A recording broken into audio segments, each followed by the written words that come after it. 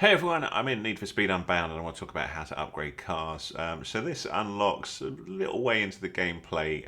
Basically, when you come into your rides, after the storyline unfolds and talks about a big event that's coming up, inside Rise you will find this new area called Performance, and this gets added, and this is where you can upgrade your cars. So when you're in here, you've got a few different options. You've got engines, you've got parts, handling, and you can also upgrade the garage or garage if you want.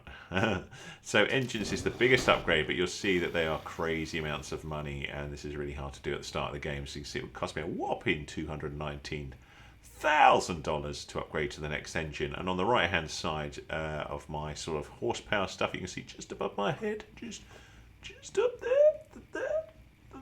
Oh, it cuts off. You can see this would change the car, so actually for the worse. So this one though would improve it by quite a bit. So you can see anything in green would be an improvement, anything in red would be something that wasn't quite so good. So the other thing you can do on this page is you can rev the engine to hear what that engine would sound like if you added it. So here.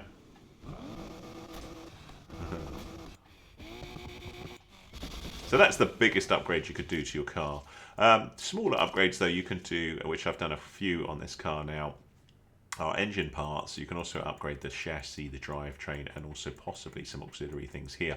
Now the engine parts, so we go through the induction first. You can see I've upgraded to the sport one here, and again if I wanted to do this one here, if I had enough money, that would show the 5,000 in green, and then I could just select it and it would be added to my car. Again, like we saw before, this would improve the car stats. So on the just above my head again, you can see the settings in green is what would happen if we added this one. And this one here. Now, if it shows a lock on it, you can't buy it as of yet. So I'm going to talk about that in just a second. So to begin with, you can unlock the basic and the sport, but you can't go to pro, super, or elite. So we're going to talk about that. But you can see some of these things would improve stuff if we've done it. So you can see I've added the ECU, which improved things. So the sport one, I also added a better fuel system. And the better exhaust, and these have all improved the capabilities of my car.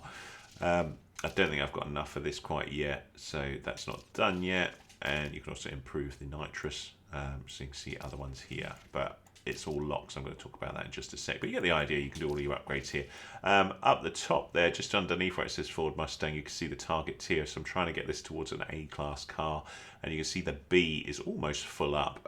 So I need to add a few more upgrades before it be strong enough to become an A-class car. So the more we put in there, the better it would go.